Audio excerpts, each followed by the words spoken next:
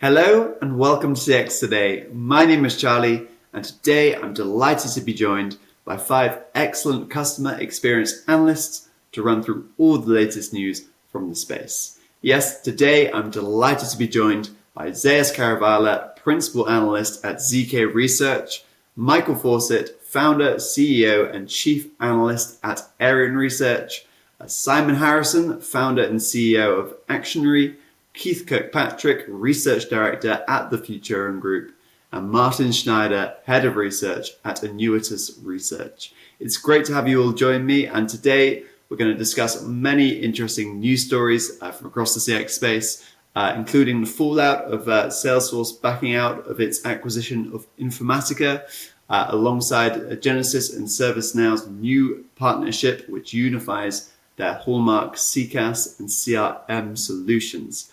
But where I want to start today is with the news from Avaya that it has acquired Edify. Now, Edify has CCaaS, CPaaS, UCaaS, and self-service solutions. But it's best known for the Edify CX platform, which brings together its CCaaS and CPaaS platforms.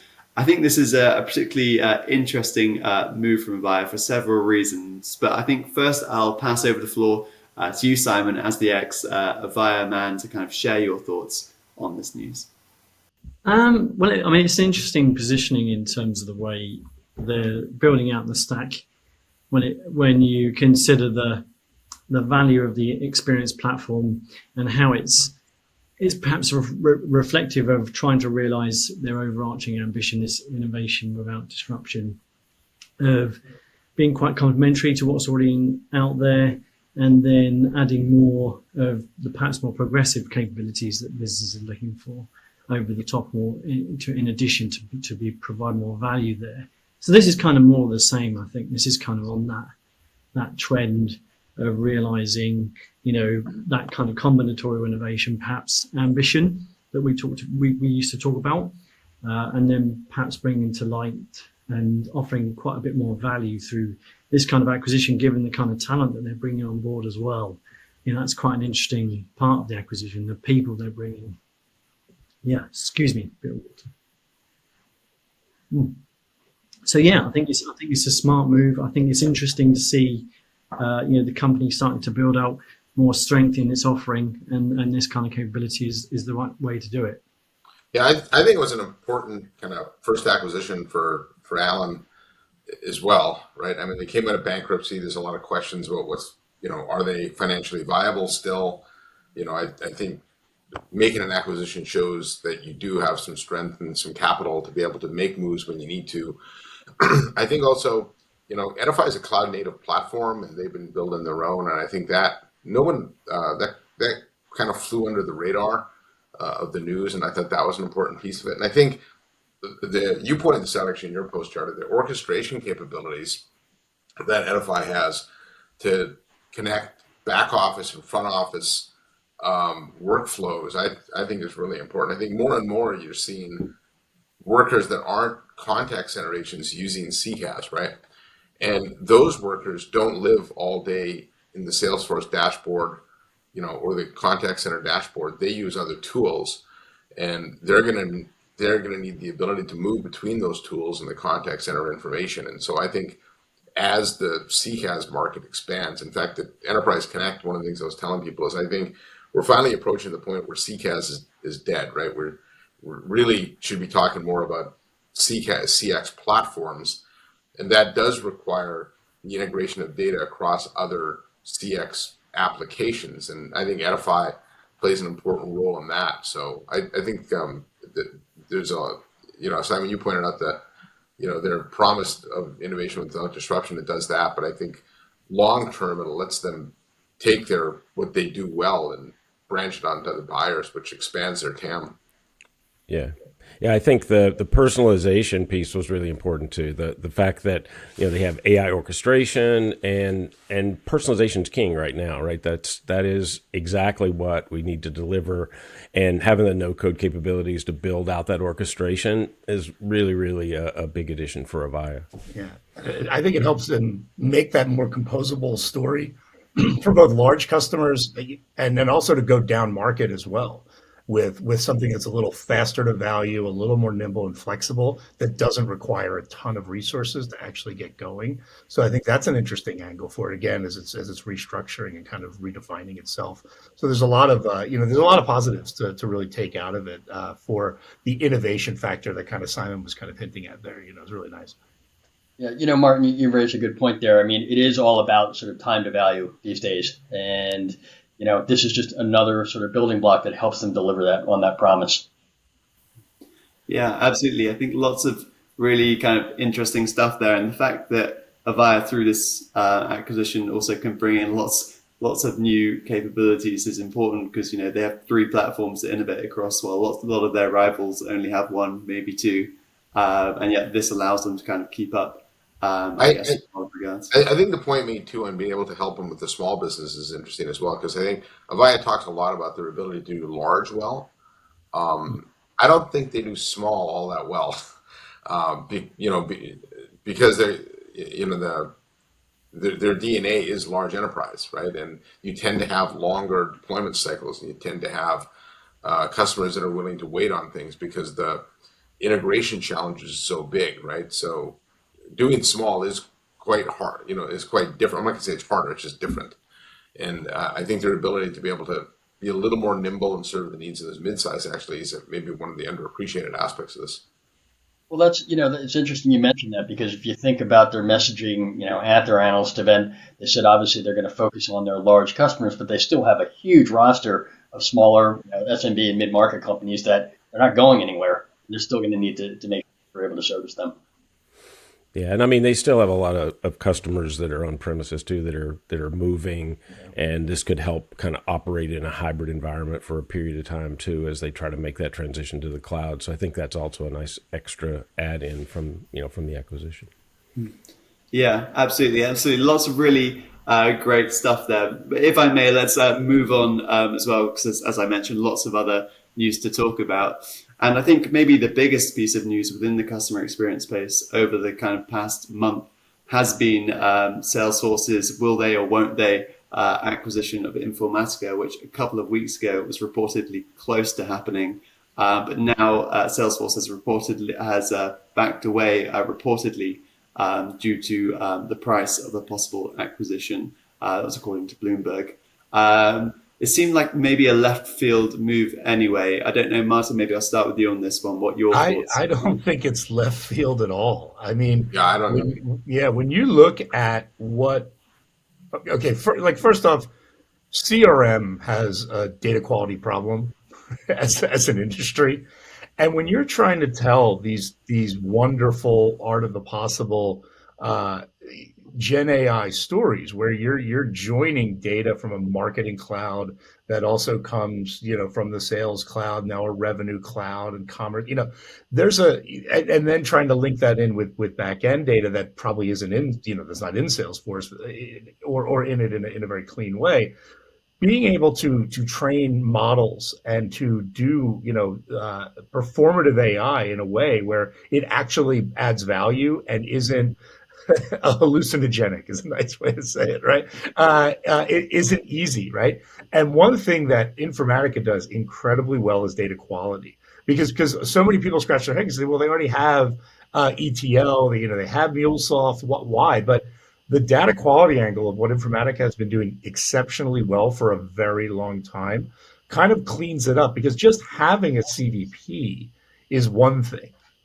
But unless you actually have the data set right, there's a lot more to it to actually make a free-flowing customer data value chain, right? That's adding value. And Informatica could really help there. The problem is it's a big company that does have a lot of things that Salesforce technically already has checked off in that box, right? So it's a critical need. But one of the best companies doing it also has a lot of other things and is incredibly expensive to acquire. But I don't think it's a head scratcher when you actually look at the glaring hole in the puzzle pieces needed to really tell this end-to-end AI-driven next-gen go-to-market story. Yeah, and I mean, if you think about what they've done over the last couple of years too with Data Cloud, it really does complete that story from the back end, right? The part of how do I get the data, prep the data, make sure the quality's there, and also, of course, a lot of automation tools now that they've built in, the Claire GPT, and all of their data automation quality tools in the back end. I would have been a great acquisition, I thought, but of course, price is price, and how do you get past it? There's a lot of stuff there, and I guess they just couldn't come to an agreement. See, this is where I'm surprised that they walked away from it, because I've always felt that if an acquisition is a good acquisition, you can't ever pay too much, right? Like, does anybody remember what Cisco paid for Celsius and the VoIP? If they had paid 10 times what they paid, it still would have been a good acquisition, right? So when you think about, and to me, this is a huge cluster by Salesforce. If you think about the early days of Einstein, right? A lot of customers said it didn't work. And why didn't it work? Because Salesforce data is a mess for a lot of customers. Even now, when you talk to, Enterprise Connect, I did a roundtable with a dozen large enterprises, right? Like really big enterprises. And the one thing holding them back from more AI is data quality. And so Salesforce customers are notorious for putting bad data into Salesforce, and then bad data leads to bad output, right? So if there's one thing they needed was a company like Informatica to actually help them with that. And so I was pretty optimistic they'd do this, because I thought it would really help them with a lot of the challenges they have. And so I was a little disappointed that this fell apart for them. Well, the other thing is, what about the whole strategy of eating your rivals? I mean, it's really, when with leaving them out there, it's obviously going to be an issue moving forward if they're trying to compete for the same deals. Awesome. Excellent. I think I will take back my left field comment after hearing that from all of you. I think that covers it. Covers that very well. And so maybe it's a good point to move on to the Genesys ServiceNow story. And this kind of mirrors almost what Genesys did with Salesforce last year. And they're working together with ServiceNow to kind of pull a lot of their orchestration, contact center, and workforce engagement management tools into ServiceNow CSM. I think this is quite an interesting move for many reasons, but I'll pass over to you to kind of share your thoughts on it. I don't know, Keith, maybe if you want to kick off on this one. Well, I think one of the biggest things is being able to connect sort of contact center with service management. All of those functions are really starting to come together, and being able to do that in a unified way, a seamless way. I think that's what organizations are really starting to expect, and I think this deal really kind of helps provide that sort of level of seamless integration. Yeah, and this carries on my comment that CX is dead, or CCaaS is dead, right? We have to think more of CX. It's interesting how many events I go to where I hear about companies talking about customer journey and customer experience. It's really everything from first mouse click to product retirement, right? And so that's digital web analytics. It's sales and servicing. It's a big topic at like Adobe Summit, right? And so the hard part for organizations that want to be able to deliver like really innovative customer experiences, everything is in silos. And so Salesforce is going to have their own view of customer experience. Genesys will, ServiceNow will, right?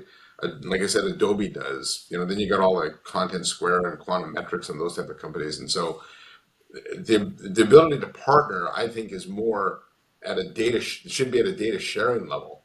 And then, so if the customer lives in ServiceNow, they can pull in some Genesys data or vice versa. And I think all these things are good things, good for the customer, because it helps them have a truer view of what customer experience is like. Because right now, I don't think any company, except maybe Amazon, actually has a really good view of what their customers are doing. Yeah, and I think that, I mean, the data piece of it's really important, right? You can't see metrics across all the different systems. And then honestly, just from a practical standpoint, having a single desktop, like, I don't know if you've sat in a call center and watched agents before flip between 2, 3, 4 desktops. Yeah. It's insane, right? It's just really complicated. And this just simplifies things and makes it really a much more seamless process. Swivel chair management's what they call it, right? Yeah. I mean, we talk about Edify supporting Avaya in terms of this front and back office. I mean, I've always been passionate about talking about the dissolution of the front and back office. It's not about these two working together. It's about them almost feeling like a single entity. And I think the reality of what they're trying to do here, making it turnkey, speed to value in terms of being able to support customer engagement center through contact. I mean, every contact center vendor out there's got a ServiceNow integration, right? They've all got an adapter. And if you go on, the service store, you can go and look for contact center products as well. So this is a lot deeper than that, right? This is that kind of speed to value, and then the WEM aspect of it, I think, is kind of important too when it comes to realizing the benefits of supporting an ambition around the dissolution of the front and back office divide. It is about the people and the staff and the empowerment of those guys and the lifestyle balance and creating that feel good factor amongst the people that are trying to make the customers feel good. So I think there's the sum of the parts here is actually quite a bit greater than just bringing these two technologies together. It creates more of an ecosystem that's going to better support this experience. I think Genesys talked about experience as a service, kind of an interesting take, but perhaps it starts to bring some of that to life, really. You can touch, feel, and see it. I think it's quite an important, to Zeus's point, outside in sort of value perspective. There's a lot of value being created by this combination that is more than just a couple of integrated products, I think. Yeah. Awesome. And it does make you think, though, to kind of Zeus's point as well, that kind of CCaaS is dead. The fact that perhaps the biggest kind of contact center vendor is kind of pulling its tools into kind of CRM and customer engagement platforms, what that means to the future of the CCaaS space. I mean, Zeus has mentioned it a little bit, but I don't know if anybody else has any more thoughts on that. I agree. So here's the reality, right? You look at a CRM customer engagement center solution. I used to obviously write that in Magic Quadrant with Brian and Nadine and the guys. And I used to think to myself, if a CCaaS vendor goes in to pitch to a customer after one of these guys has, they're going to be sat there going, well, where's the rest of it then? Because it's really about getting a customer connected. But when it comes to the personal insights, you don't store that in a contact center product. But the reality is the CRM customer engagement center solutions like ServiceNow, they're never going to want to build that global voice network infrastructure and take on that huge burden because, let's be clear, their margins in their license is so good right now. It's just a digital license. You start adding all the cost and complexity of supplying a voice capability, that starts to reduce significantly. So why would you bother? So they're always going to rely on that kind of contact center capability coming from those guys. So the whole thing seems to sort of marginalize the CCaaS vendors into this voice kind of plumbing capability you sort of plug in. So it's an interesting point. I would argue that's why you see the CCaaS vendors now starting to build in QM into their product and building all kinds of AI supported capabilities to build out the value of what this CCaaS product does. So for all of those reasons, I agree with what Zeus is saying here. This is a smart move, I think, for Genesys in particular. And I think when it comes to the value that ServiceNow is creating out there, I mean, their revenues, they're just doing a great job. This is their sales guys out pitching this. They're going to sell a ton of it, aren't they? It's going to be a good thing. The proof point will be interesting. We talked about data points and some of the AI, but really the workflow integration. So I think that's really what's kind of interesting, where you're seeing, where ServiceNow has some really incredible customer experience and just, really good kind of jobs to be done, workflows around a lot of really kind of core and important customer processes. And then where Genesys can bring that, with the voice, bring all that, and what triggers what. And, if the workflow integration is done really well, this could be, to Simon's point, way more, the sum is way more than the parts kind of thing. But but it'll be really interesting. I mean, the data is interesting, but I think the workflow and really how well they seamlessly integrate that should be really interesting. Yeah. I mean, I guess it's all important. It's all part and parcel of the same trying to improve that workflow, right? You need the data, you need the workflows, you need, the integrations. Because right now, I think it was Michael that said that agents are having to constantly flip between different tools. And as soon as you make the human the integration point, bad things happen, right? So, yeah. I did talk messages with Olivier, and he said that this is kind of supporting that point around CCaaS is critical to your stack, right? Whatever way you cut it, wherever it's coming from, it's an essential part of that customer experience stack, and even going so far as saying answering the question of whether CRM is going to completely consume all the CCaaS vendors, it almost becomes slightly irrelevant if you look at it as a hold on. This is a key and important part of the stack, and so there's still value to be created by the CCaaS vendors in that ecosystem. But it would be interesting. I do find it interesting, Simon, that people have predicted that for years, right? That and I've always said that I don't know why they would, right? First of all, they partner with Salesforce partners with all of them and service. So as soon as you buy one, you make an enemy of all the other ones, and then you got to take on the burden of running that voice infrastructure yourself, which is, to your point, is a lot harder than I think people realize. Yeah. I mean, that is a science. It's not a dark art, but it feels like one sometimes. Yeah, I mean, it's a perfect partner opportunity, right? And it's not just the customer end of it, but it's the employee piece of it too, right? The whole workforce management piece and the seamless process, and frankly, that workforce and customer are directly related. The experience transcends both, so I think that's an important integration point. Yeah. The bigger question is, why are Avaya and Genesys both doing their user events in the same city in the same week? That's a good question. Yeah, absolutely. I think lots of really great stuff there as well. I think we've covered those three topics very well. It's great to chat to all of you today. So thanks very much for joining me, and also thanks everybody for watching. Bye for now.